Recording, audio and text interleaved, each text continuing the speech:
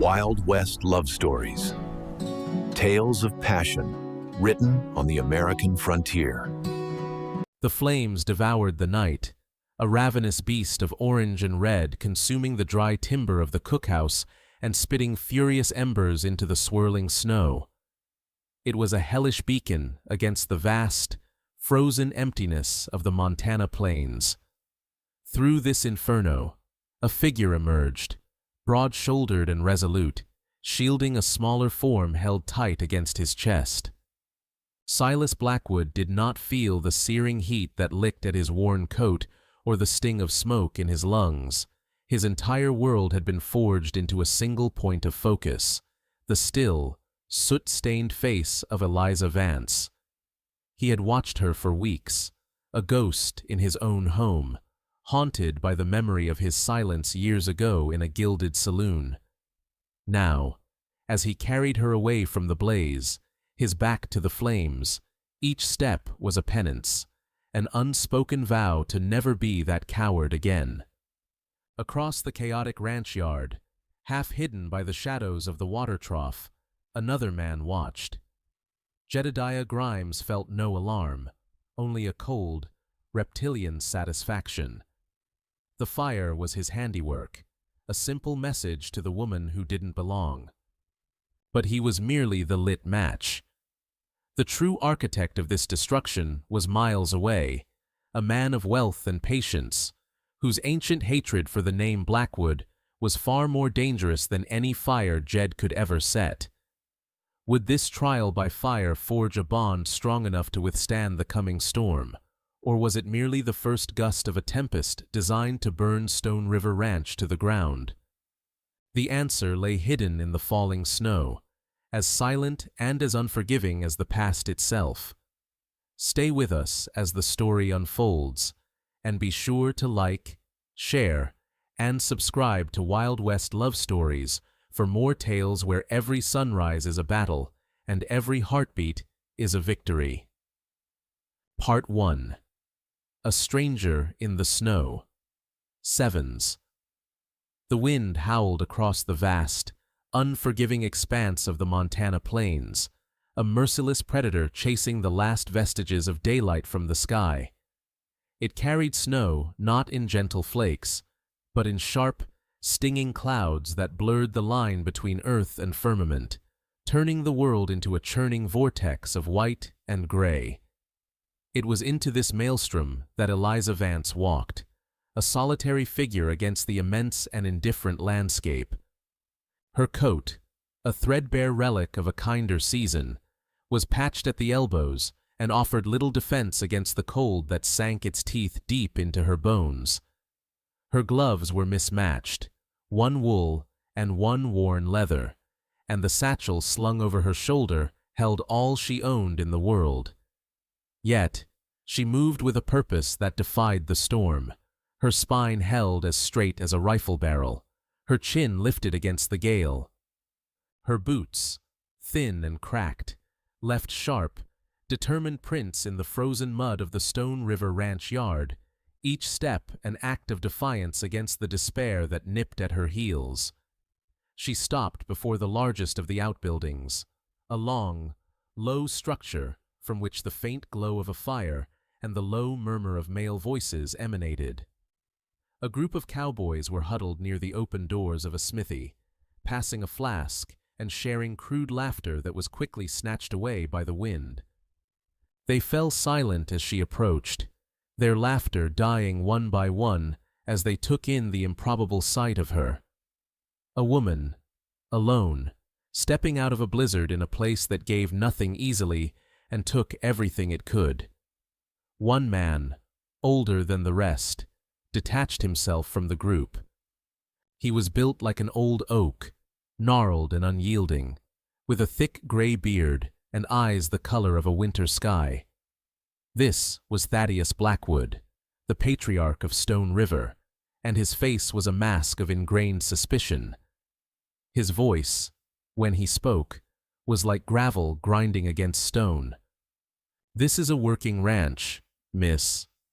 Not a sanctuary for strays or sob stories. State your business or be on your way." Eliza met his hard gaze without flinching, her own eyes burning with a fierce light that had been forged in fires he couldn't imagine. "I am not a stray," she replied, her voice low but steady, refusing to be carried off by the wind. "And I have no stories to sell."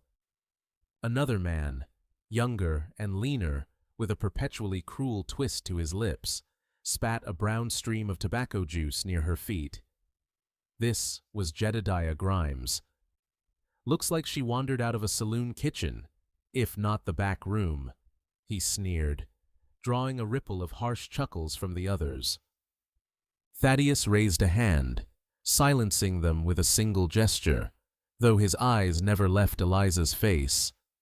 He stepped closer, his sheer size an act of intimidation. "Then what do you want?" "We've no use for trouble." Eliza's jaw set, a hard line in her pale face. "I can cook," she said, each word as sharp and clean as flint. "I've worked cast iron over open flames, skinned game in a freezing creek, made sourdough in a snowstorm, and soup from little more than bone and grit. I can feed your men with whatever's left in the barrel and make 'em grateful for it." There was a pregnant pause, broken only by the roar of the wind and the crackle of the smithy's fire. Thaddeus studied her, his gaze sweeping over her worn clothes, her chapped hands, and landing again on those defiant eyes. "Where you from?" he demanded. Eliza's gaze didn't waver, but she offered no answer. "This ain't a place for secrets, girl," he growled. She lifted her chin a fraction higher. "I know how to work, and I'm not turning back."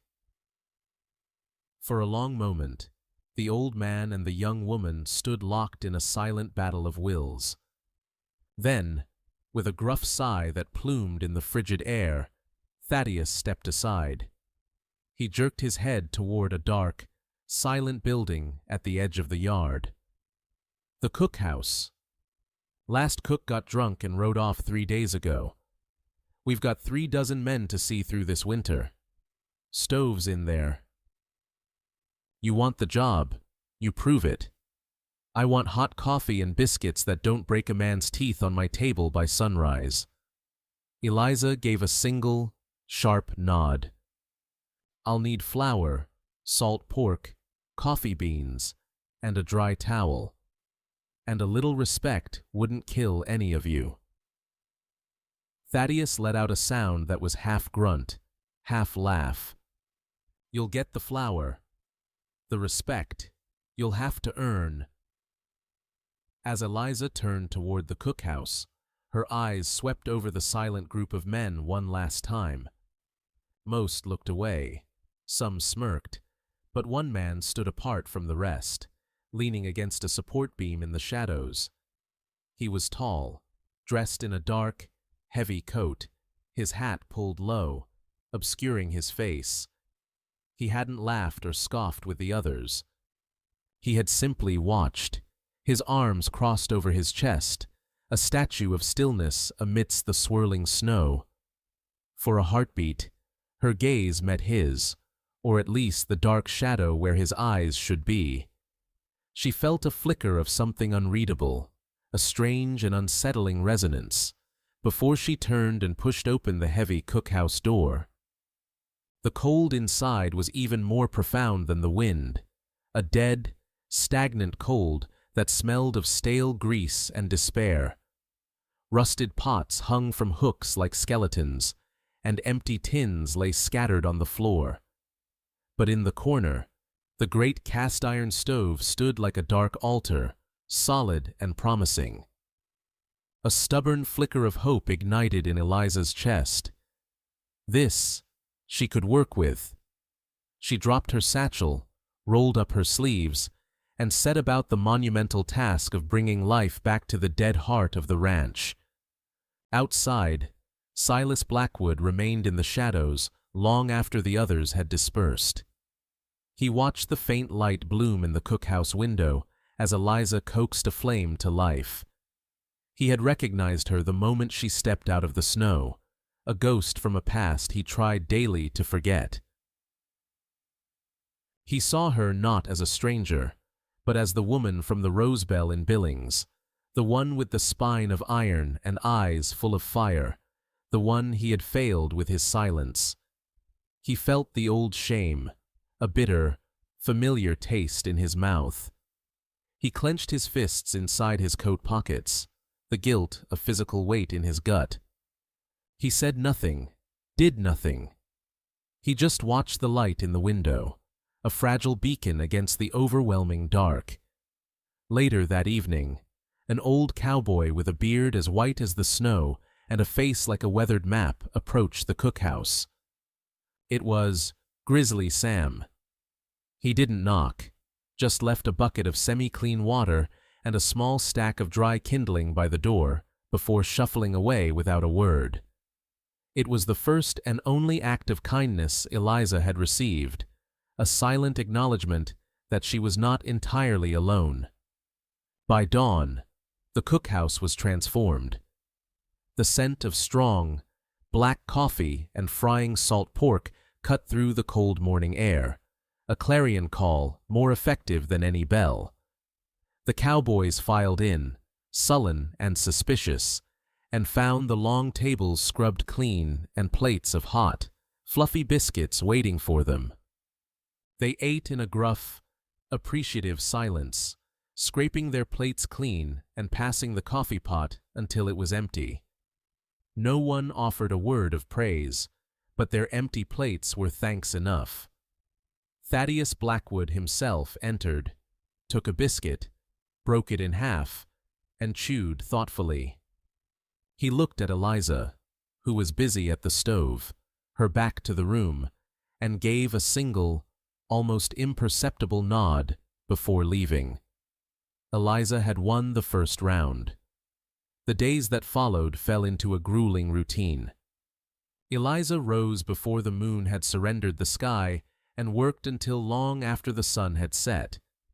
She cooked, cleaned, and managed her meager supplies with a quiet efficiency that slowly chipped away at the men's hostility, replacing it with a grudging respect. She learned their habits. Who took their coffee black, who liked extra gravy, who had a sweet tooth. She was a constant, silent presence, always working, her face a mask of detached professionalism. She kept to herself, building a wall of solitude around her small domain.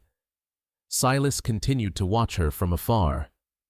He was always the first to arrive for breakfast, his eyes noting the weariness in her shoulders, the raw redness of her hands from the harsh lye soap. He never spoke to her, never met her gaze for more than a fleeting second, but his presence was a constant, silent orbit. One afternoon, he saw her struggling to split a pile of frozen pine wood, the axe heavy and awkward in her hands. She fought with a stubborn log for nearly an hour, her breath coming in ragged plumes, her small frame straining with the effort, until she finally gave up in exhausted frustration, leaving the woodpile in disarray. Silas's jaw tightened as he watched from the barn, the urge to go to her, to take the axe from her hands, warring with the shame that kept him rooted to the spot. The next morning, when Eliza opened her door to face the biting cold, she stopped dead. Stacked neatly against the wall, protected from the new fallen snow, was a large pile of perfectly split kindling and firewood, enough to last her for days. There was no one in sight. The yard was a pristine blanket of white, the only tracks leading from the bunkhouse to the barn. She stood there for a long moment, staring at the anonymous gift. It was a simple offering of wood, yet it felt like something more. In a world that had offered her nothing but hardship, it was a small, inexplicable act of grace. A flicker of warmth, unrelated to the fire she was about to build, touched her heart as she looked out across the silent, snow-covered ranch, wondering who had seen her struggle and chosen not to look away. Part 2. Whispers of the Rosebell. Sevens. The small pile of firewood by the door became a quiet ritual. Every few mornings, Eliza would awaken to find it replenished, a silent testament to a hidden guardian. This anonymous kindness was a small anchor in the turbulent sea of her new life, a fragile warmth she held close in the face of the Cowboys' gruff indifference. Though they now ate her food with a near-religious devotion, their respect was a brittle thing, born of necessity rather than acceptance. They kept their distance, their conversations halting whenever she drew near, their eyes still holding a flicker of suspicion. Only Grizzly Sam ever offered a friendly word, his gruff compliments about her coffee or stew delivered like rare, precious nuggets of gold. But there was one man whose animosity seemed to fester and grow with each passing day. Jedediah Grimes. He watched her with a venomous intensity, his eyes narrowed in a way that suggested not just dislike, but a hateful sort of recognition. The turning point came during a rare lull in the winter storms, when a supply wagon from Billings finally made it through the pass. The arrival of mail and goods brought a near-festive atmosphere to the ranch, and that evening, the bunkhouse was filled with boisterous talk of the world beyond their snowbound existence. Jed, emboldened by a belly full of whiskey from a newly opened bottle, waited until the men were gathered around the stove before he played his card. He leaned back, a malicious grin spreading across his face.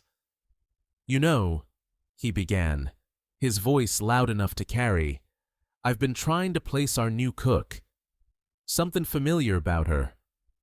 He paused for dramatic effect, ensuring he had everyone's attention. "Took me a while, but I got it now. The Rosebell, off Main Street in Billings."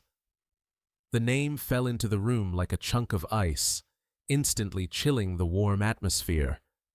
Every man there, whether they admitted it or not, knew of the Rosebell. It was a saloon draped in cheap velvet and cheaper morals, a place where men went to forget their names and women went to sell theirs. "She wore an apron then, too," Jed continued, savoring his moment. "Always smelled of sage and wood smoke. Real quiet, that one. Said she was the cook, sure. But we all know how those places work. Girls get pulled upstairs once the whiskey flows, and the pay is good." A few men chuckled, a low, ugly sound. Others shifted uncomfortably, avoiding each other's eyes. No one defended her. The seed of poison had been planted, and in the fertile ground of boredom and suspicion, it took root immediately. Eliza didn't hear it that night, but she felt it the next morning. The air in the cookhouse was different, thick with a new kind of silence. The usual clatter of forks and knives was muted. Men who had started to nod a curt "good morning" now stared fixedly at their plates. They filed in, took their food, and left without a word. Their politeness was now a weapon, a cold, sharp barrier that isolated her more effectively than any insult. She knew that look. She had seen it 100 times before, the sideways glances, the lowered voices, the way decent men could turn into judges, jury, and executioners once they thought they knew a single, ugly piece of a woman's story. Her shoulders, which had begun to relax, stiffened once more. The small, tentative smiles she had sometimes allowed herself vanished completely. She worked with the same rhythmic efficiency, her hands never faltering as she stirred the beans or sliced the bacon, but the wall around her rose again, higher and thicker than before. What could she say? Denying it would only make her seem guiltier. Explaining the nuance that she had cooked in their kitchen but never sold herself in their rooms was a waste of breath. To men like these, A woman touched by scandal was tainted to the core. So she said nothing. She endured. She had survived worse. Silas had heard it all. He had been sitting in the corner of the bunkhouse, mending a bridle, when Jed started talking. Every word had been like a hammer blow against the anvil of his guilt. He didn't laugh. He didn't smirk. He had simply gone still, his knuckles white as he gripped the leather strap, the memory of that night at the Rosebell roaring back to life, her defiant eyes, the cruel laughter, his own cowardly inaction. The shame was so profound it was suffocating. The next day, he watched as the other men shunned her, their silent judgment a palpable force in the room. He saw the light in her eyes dim, the proud set of her shoulders slump ever so slightly, and he saw Jed Grimes preening, enjoying the cruelty he had unleashed. The breaking point came that afternoon. Eliza was hauling 2 heavy buckets of water across the icy yard when Jed deliberately stepped into her path. "Careful there, Rosie," he sneered, using a common name for saloon girls. "Wouldn't want you to spill. Might stain that pristine reputation you've got." Eliza stopped, her expression unreadable. She simply adjusted her grip and tried to step around him. But Jed shifted, blocking her again. "What's the matter? Cat got your tongue? Or you just saving your sweet talk for customers who pay?" Before another word could be spoken, a blur of motion exploded from the side. Silas had crossed the 10 yards from the barn in a flash of silent fury. There was no warning, no shouted challenge, just the hard, wet crack of a fist connecting with a jaw. Jed hit the frozen ground with a grunt, spitting blood and curses. "What the hell is wrong with you, Blackwood?" he sputtered, holding his face. Silas stood over him, his chest heaving, his fists still clenched, a dangerous fire burning in his eyes. The yard had gone deathly quiet. Every cowboy within sight had frozen, watching the tableau. Silas stared down at Jed for one more terrifying second. Then, without a word, he turned and stalked back towards the barn, his shoulders rigid with a rage that had been simmering for years. He never once looked at Eliza. He hadn't spoken a single word in her defense. He had only offered violence, a raw, masculine act that protected her body but did nothing to shield her name.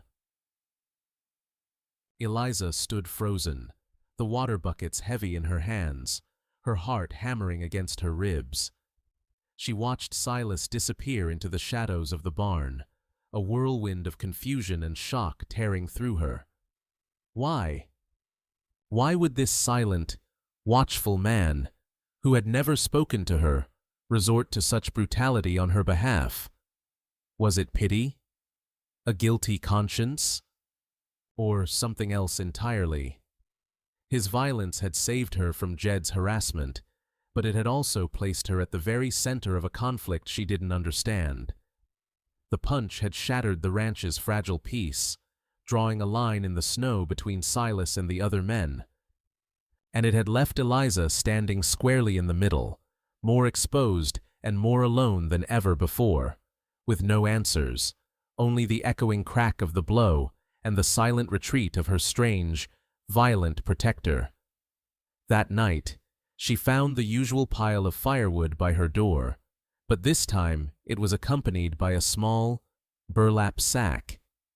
Inside was a handful of dried apples, a rare and expensive treat. The gesture was meant to be kind, she knew, but it only deepened the mystery. He would fight for her, provide for her in secret, but he would not, or could not, speak to her. As she held a piece of the sweet, wrinkled fruit in her hand, she wondered what demons lived behind the eyes of Silas Blackwood, and why they seemed so determined to make her their business. Part 3. The Line Drawn in Dust. Sevens. Silas's punch echoed through the ranch for days, creating a schism in the social fabric of the bunkhouse. The men were now divided. A few, like Grizzly Sam, looked at Silas with a newfound, quiet respect, while the majority, led by a still bruised and resentful Jed Grimes, treated him with a cold hostility. Silas was now an outsider in his own home, his act of violence having branded him as something other, something unpredictable. For Eliza, the atmosphere was even more suffocating. She was the unwilling epicenter of the turmoil, the fuse that had ignited the ranch's simmering tensions.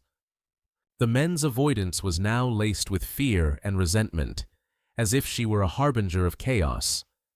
She retreated further into herself, her world shrinking to the four walls of the cookhouse, finding solace only in the familiar rhythms of kneading dough and stirring pots.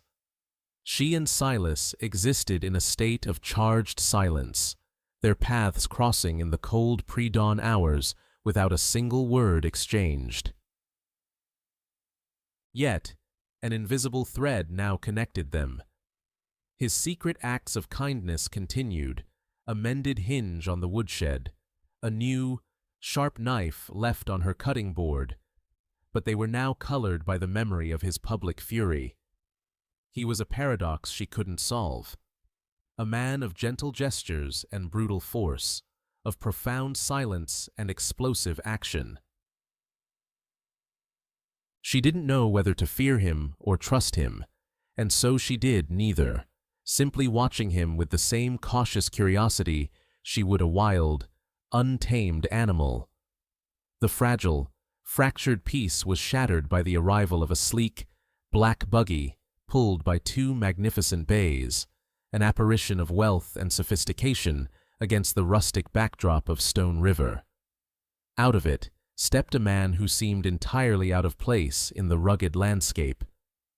He was impeccably dressed in a tailored wool suit, his boots polished to a mirror shine, and his silver-tipped cane tapped against the frozen ground with an air of arrogant authority. This was Bartholomew Thorne, and his smile, though charming on the surface, did not reach his cold, calculating eyes. Thaddeus Blackwood greeted him on the porch of the main house with a stiff formality that hinted at a tense and storied history. "Thorne," Thaddeus grunted, his voice laced with a reluctant civility. "You made good time." Thorne's smile widened. "I always do, Blackwood. Punctuality, like vengeance, is a virtue best served promptly." The two men disappeared into the main house, their meeting casting a palpable shadow over the entire ranch. The Cowboys whispered amongst themselves. Everyone knew that Thorne was a shrewd and ruthless businessman from the East who had been buying up land and water rights all over the territory, squeezing smaller ranchers into bankruptcy. His presence at Stone River felt like a vulture circling a weakened animal. Later that day, as Eliza served the midday meal, the door to the cookhouse opened, and Thaddeus Blackwood entered, followed by his distinguished guest. A hush fell over the room. Thorne's gaze swept across the rough-hewn tables and the silent cowboys, a look of faint amusement on his face. And then, his eyes landed on Eliza.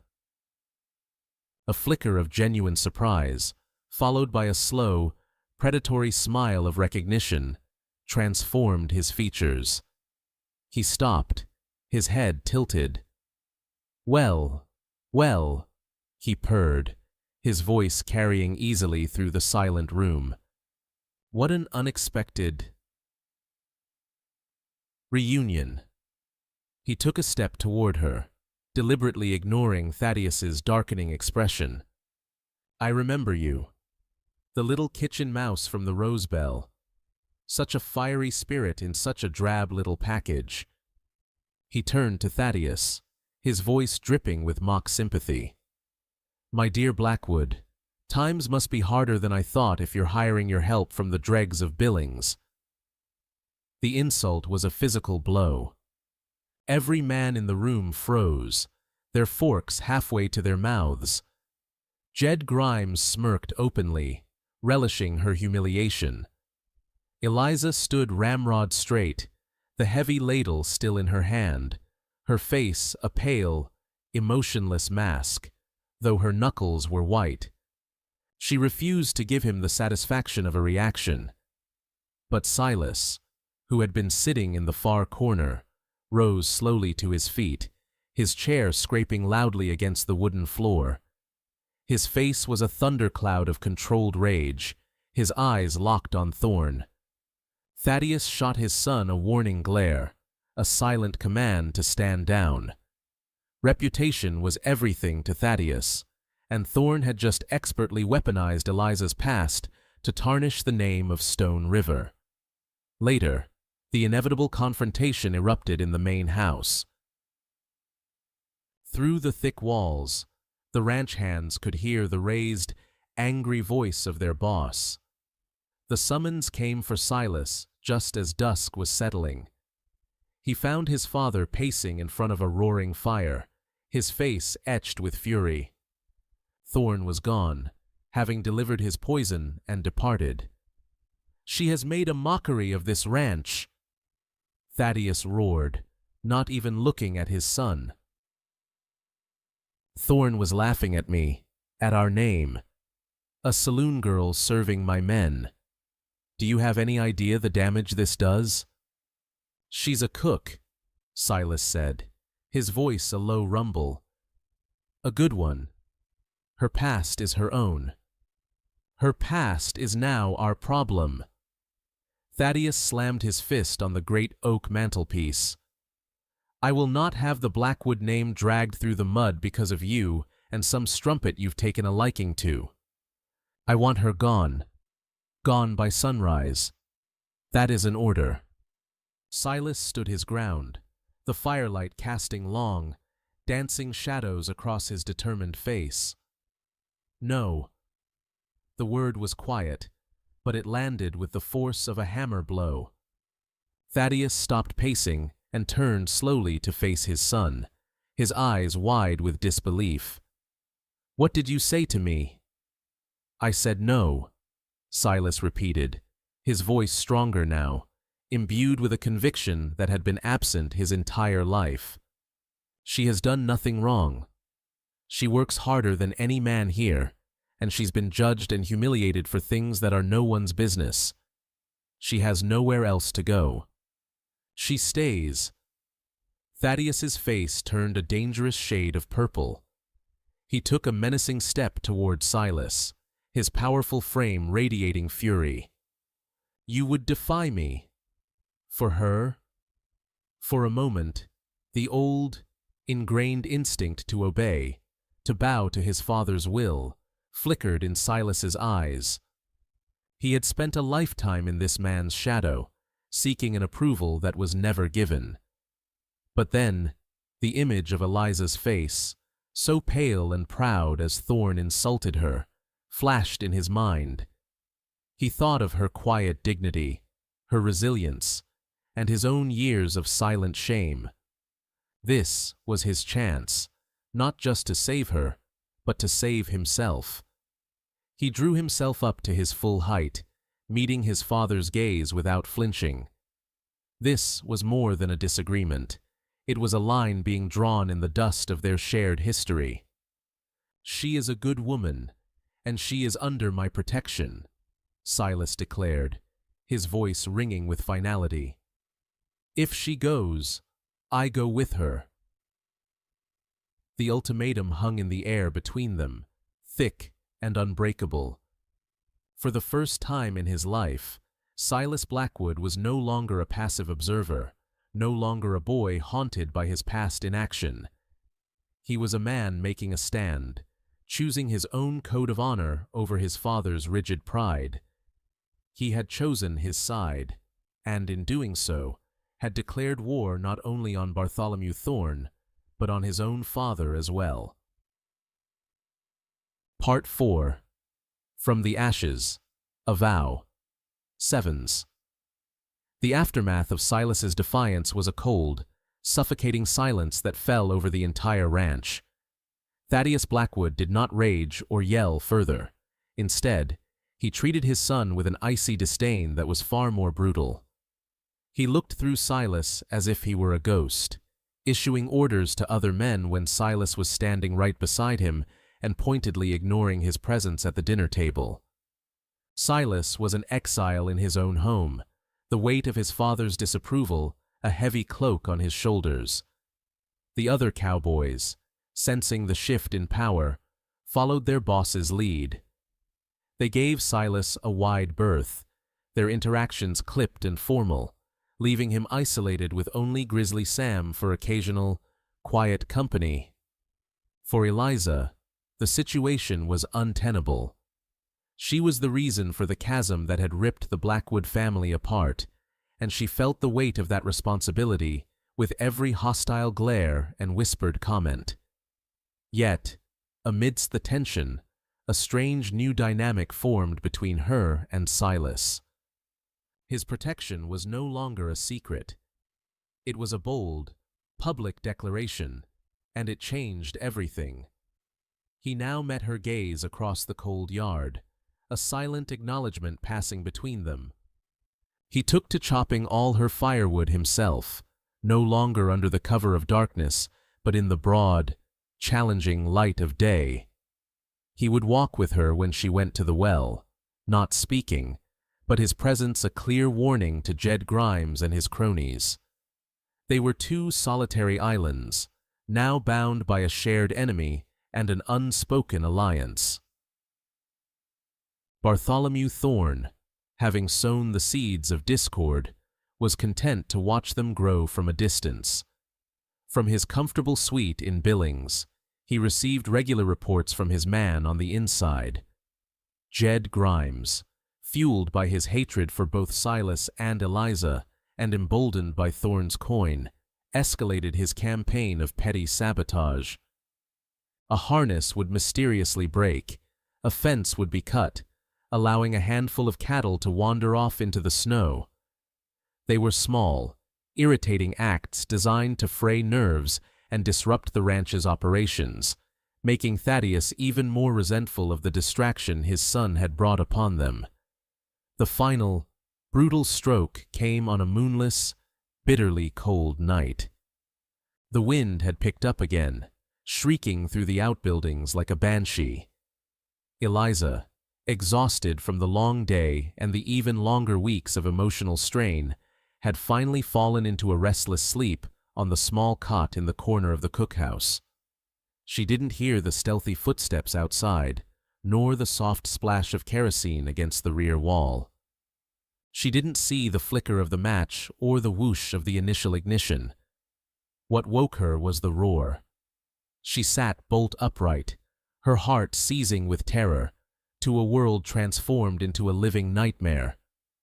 The back wall of the cookhouse was a solid sheet of orange flame, devouring the dry timber with a hungry, crackling roar. Thick, black smoke poured across the ceiling, stealing the air from her lungs. Panic, cold and sharp, pierced through the fog of sleep. She scrambled for the door, but a wave of superheated air and smoke drove her back, her eyes streaming, her throat raw. The fire was moving with terrifying speed, cutting off her only escape. Just as despair began to claim her, the main door crashed inwards, ripped from its hinges.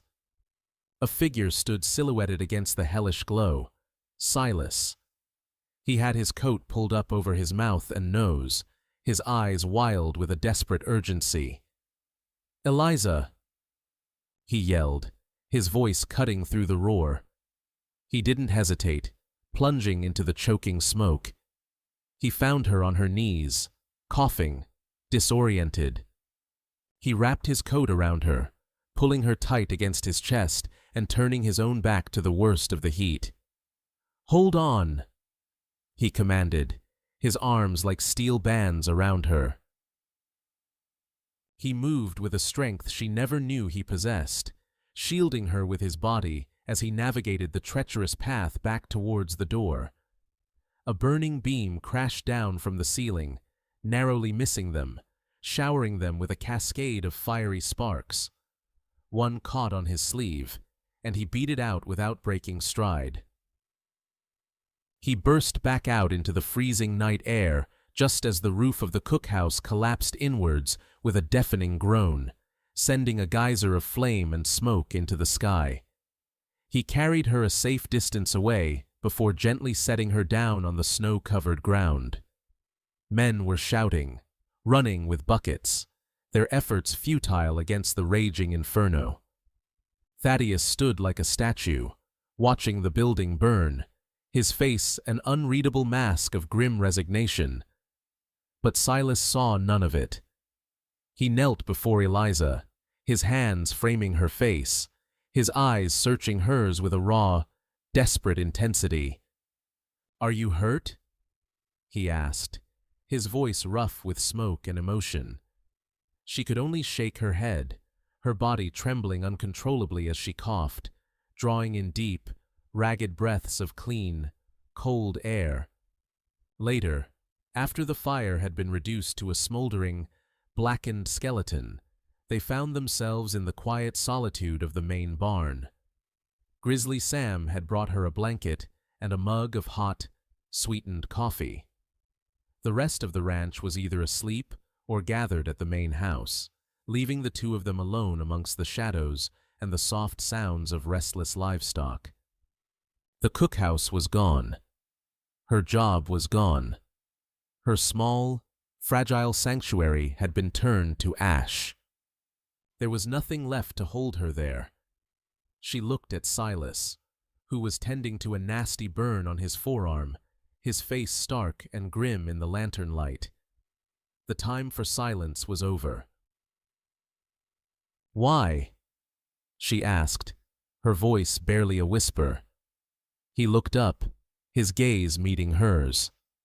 "Why did you do that, Silas?" He knew she wasn't just asking about the fire. She was asking about the firewood, the punch, the defiance to his father, everything. He let out a long, shuddering breath, the breath of a man who had been holding it in for years. He finally began to speak, his voice low and heavy with the weight of his confession. He told her everything. He told her his name was Silas Blackwood, not just Silas the hired hand. He told her about the night at the Rose Bell, how he had been there with friends, young and foolish and full of whiskey. He described in detail the spilled drinks, the rage of the merchant, a man named Thorne, and his own sickening, cowardly inaction as he watched her stand her ground with nothing but the fire in her eyes. "I've seen that moment every single day for 3 years," he confessed, his voice thick with self-loathing. "I watched them humiliate you, and I did nothing. I walked away, and I have never forgiven myself for it. When you walked out of the snow that first day, it was like a ghost had come back to hold me to account." Eliza listened, her expression unchanging, as he laid his soul bare. The pieces of the puzzle that was Silas Blackwood finally clicked into place. The silent protection, the explosive anger, the profound sadness she sometimes saw in his eyes, it was all born from this single moment of shame. "Thorne is the man who was here today," she stated, her voice flat. He nodded. "They were partners once, him and my father. They had a bitter falling out. Thorne lost everything. He's been buying up land around us for a year, trying to choke us out. I think he's trying to ruin my father, and you. You've just been caught in the middle of it." He finally looked up, his eyes pleading, raw with a vulnerability she had never seen in any man. "I'm so sorry, Eliza, for all of it." She set her mug down and, after a long moment, she reached out and gently touched the back of his hand, her fingers tracing the edge of the angry red burn on his arm. He flinched, not from pain, but from the unexpected contact. She didn't pull away.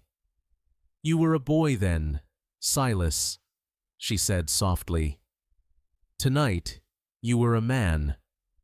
In that shared moment of honesty, in the quiet intimacy of the barn, surrounded by the ghosts of the past and the ashes of the present, the walls between them finally crumbled. It wasn't pity she felt, but a profound, aching understanding. They were two broken people, scarred by the same man, haunted by the same night. From the ashes of the cookhouse, a vow was forged, silent but unbreakable. They would no longer be passive victims of Thorne's machinations. They would fight back. Together. Part 5. The Devil's Due. Sevens. The fragile alliance between Silas and Eliza transformed the cold barn into a clandestine command center. With Grizzly Sam as their trusted confidant, they began to piece together Thorne's strategy. Sam, with his long memory and network of old-timer friends, confirmed their suspicions. Thorne wasn't just buying land, he was damming streams and diverting water sources, preparing to strangle Stone River into submission. But Silas knew Thorne's hatred was too personal for a slow siege. He would want a final, humiliating victory. He suspected Thorne held some old debt or marker against his father, a legal weapon he was waiting for the perfect moment to deploy. While Silas rode to the county seat under the guise of buying supplies, secretly meeting with an old family lawyer to search the record books for any contracts bearing both the Blackwood and Thorne names, Eliza took on a different kind of fight. She refused to be a refugee. With a resilience that astounded the few men who were now firmly on her side, she established a makeshift kitchen in the bunkhouse, using borrowed pots and an open hearth to continue feeding the ranch hands. Her quiet determination was a more powerful statement than any shouted declaration. She was not a victim to be pitied, but a vital part of the ranch, and she would not be burned out. It was during this time that Thaddeus Blackwood, isolated by his own pride, watched the strange new dynamic unfold.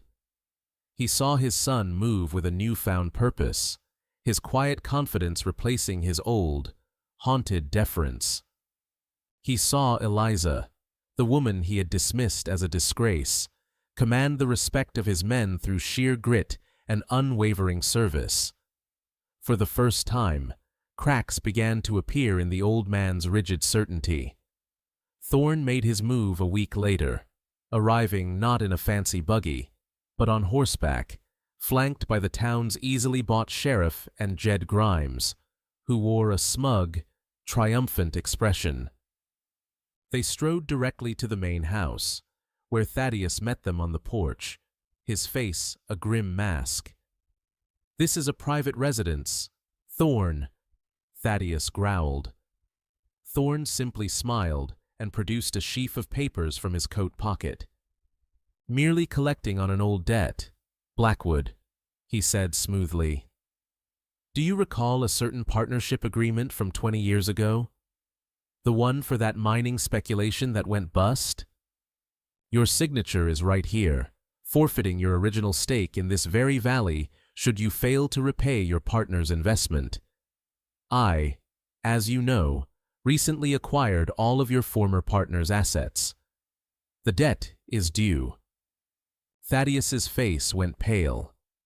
It was a forgotten, foolish gamble from his youth, a skeleton he thought long buried. While the legal battle began on the porch, Jed Grimes saw his opportunity. He slipped away from the main group and headed for the bunkhouse, where he knew Eliza would be alone, preparing the evening meal. He entered silently, the open hearth casting a flickering, ominous light. Eliza turned, a sack of flour in her hands, her eyes widening in alarm. "Get out, Jed," she ordered, her voice low and steady. "I've got a better idea," he sneered, pulling a long-barreled pistol from his belt. "You and me are going to take a little walk. Seems Mr. Thorne needs some insurance to make sure this deal goes smoothly." Back at the house, Silas returned from his ride just in time to see the confrontation. He dismounted, his heart sinking as he saw the sheriff's badge. He had found it, a record of the old partnership, but also proof that Thorne's partner had declared bankruptcy years ago, likely nullifying any outstanding claims. But before he could present his findings, Grizzly Sam came running from the direction of the bunkhouse, his face panicked. "Silas!" "It's Eliza." Grimes took her. A cold dread washed over Silas, more terrifying than any fire. Thorne's plan was now brutally clear. Legal pressure on his father, and violent leverage against him. Thorne chuckled, a low, cruel sound. "It seems your boy has a weakness, Blackwood. A weakness for damaged goods. Sign the deed, and the girl walks away unharmed. Refuse, and..." "Well, Mr. Grimes has a rather short temper." The world narrowed for Silas.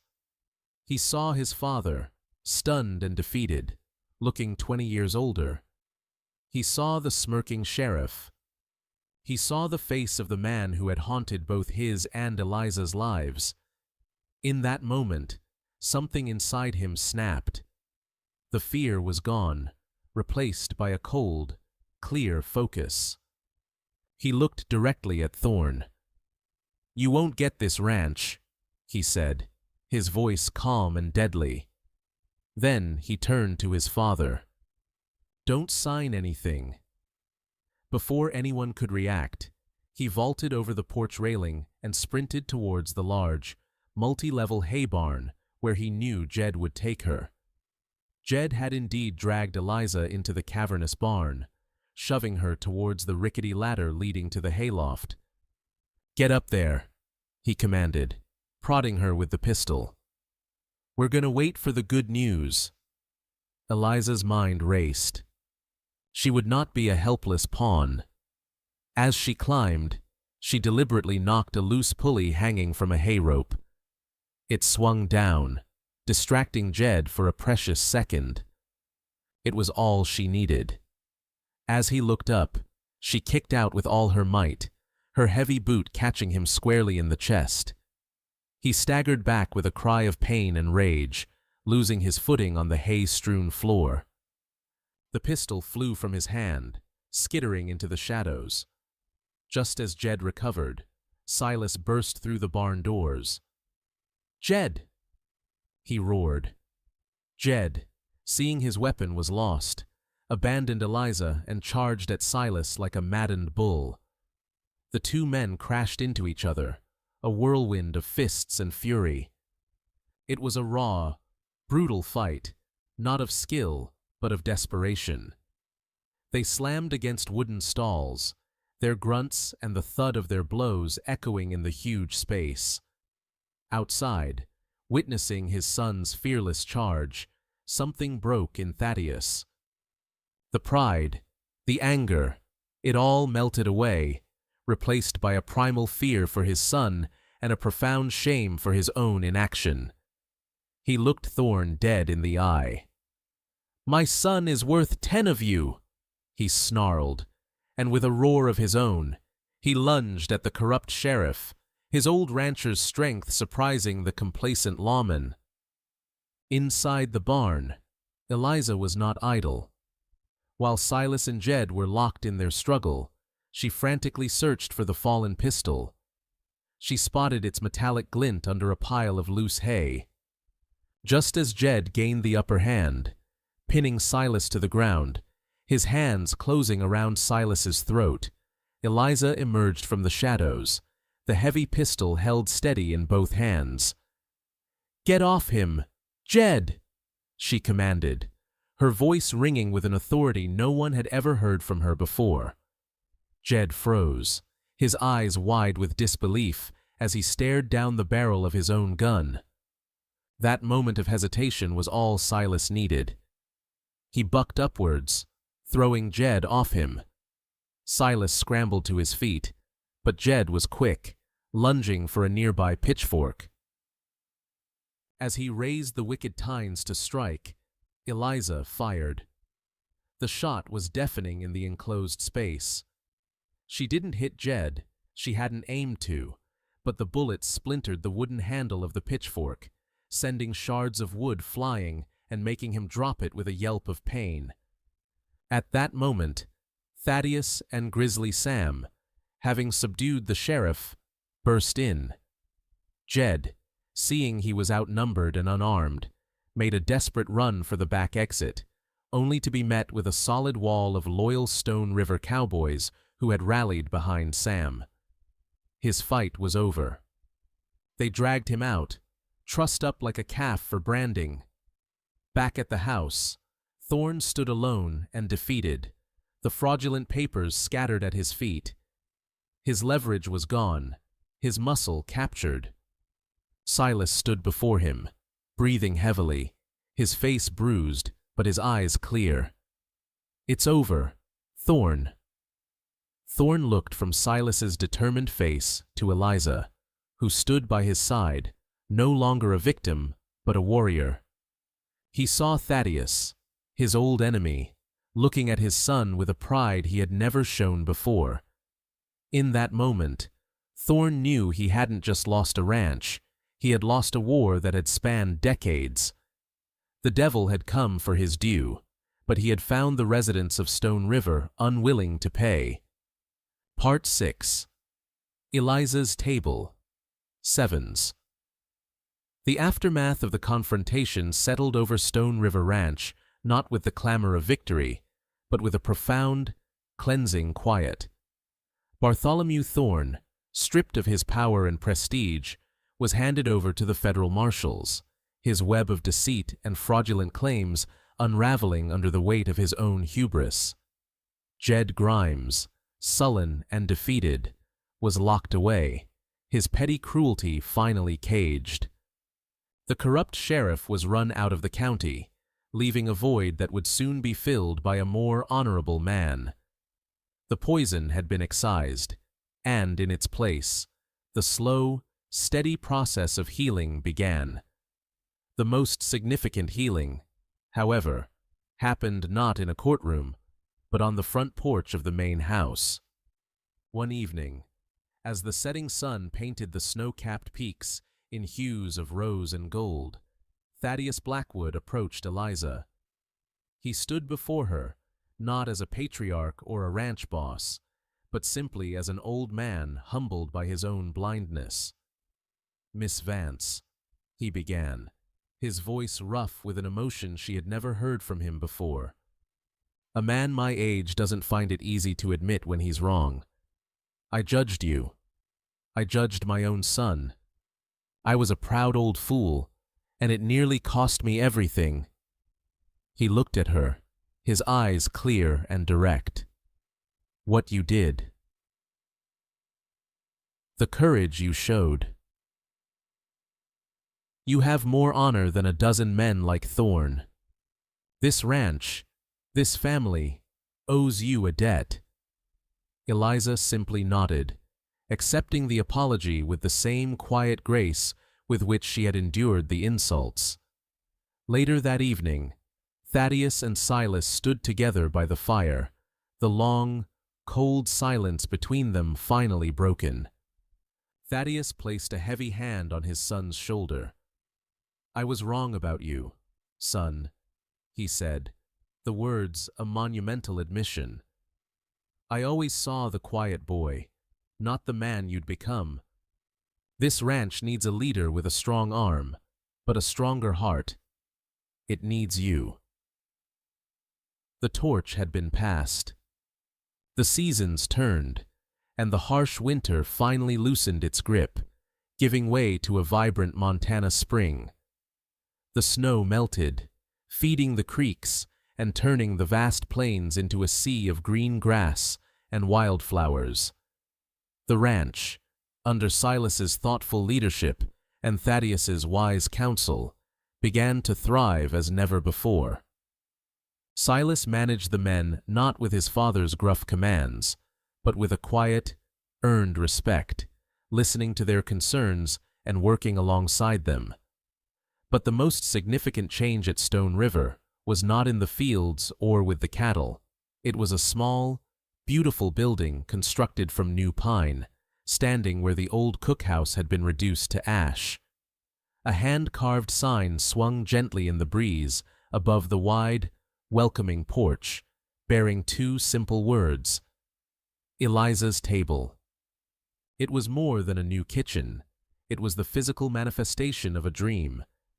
Inside, the space was filled with light and the scent of baking bread, cinnamon, and roasting meat. Long wooden tables were filled not just with ranch hands, but with travelers from the main trail and families from the nearby town. Eliza was no longer just a cook.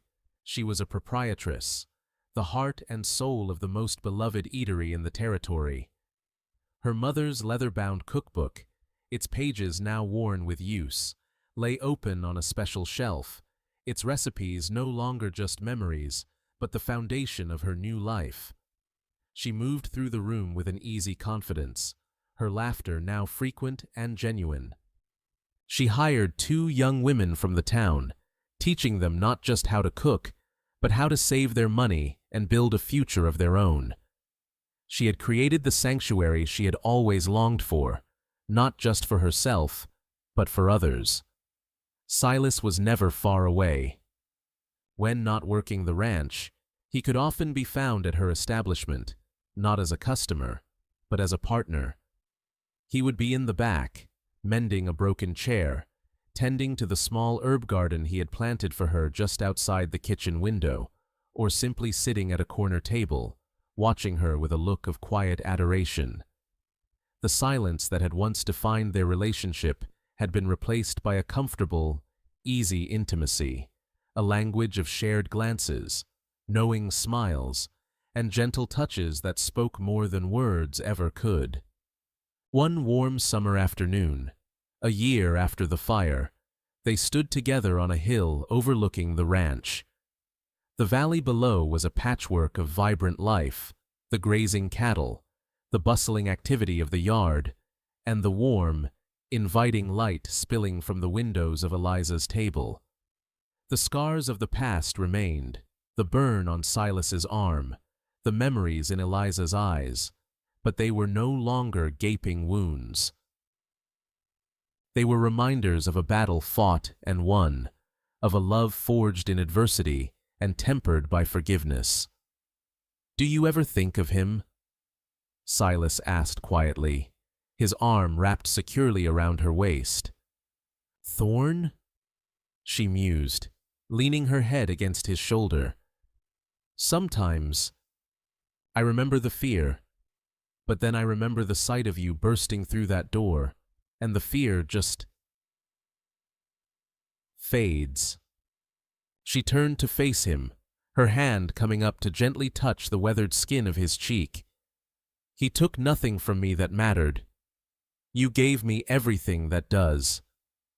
He smiled, a genuine, untroubled smile that reached his eyes. "You built this, Eliza. All of it. I just held the ladder." "We held it for each other," she corrected softly. He leaned down and kissed her, a kiss not of desperate passion, but of deep, abiding peace. It was a promise of shared sunrises, of quiet evenings, of a life built not on the shifting sands of the past, but on the solid rock of mutual respect and love. They had faced down their demons, both internal and external, and had emerged into the sunlight, whole and together. They had no need to run from the past anymore, for they had built a future so bright it cast no shadows. And as they stood there, hand in hand, looking out at the land that was their home, they knew that this was not the end of their story. It was the true beginning of everything. Thank you for joining us on this journey through the biting winds of judgment, the flames of a bitter past, and the quiet, resilient warmth of a love determined to survive. The story of Eliza Vance and Silas Blackwood is a powerful testament to the enduring human spirit. It begins with two souls lost in the wilderness of their own making, a woman defined by a past she did not choose, and a man imprisoned by a single moment of cowardice. Together, they face down not only the cruel whispers of society and the calculated villainy of a man like Bartholomew Thorne, but also the formidable walls of family pride and personal shame. Their story teaches us a profound lesson of the West. Your true character is not forged in the victories you are given, but in the battles you choose to fight after you have fallen. It reminds us that redemption is not a gift, but a choice, a daily act of courage. And that true love is not about finding someone without scars, but about having the strength to cherish the person who helps you heal your own. Their journey from the ashes of a burned-down cookhouse to the welcoming warmth of Eliza's table is a story for anyone who has ever dreamed of a second chance. If this tale of courage, forgiveness, and frontier love resonated with your heart, please help us share it. Like this video, share it with someone who appreciates a story with soul, and be sure to subscribe to Wild West Love Stories and ring the bell for more unforgettable tales.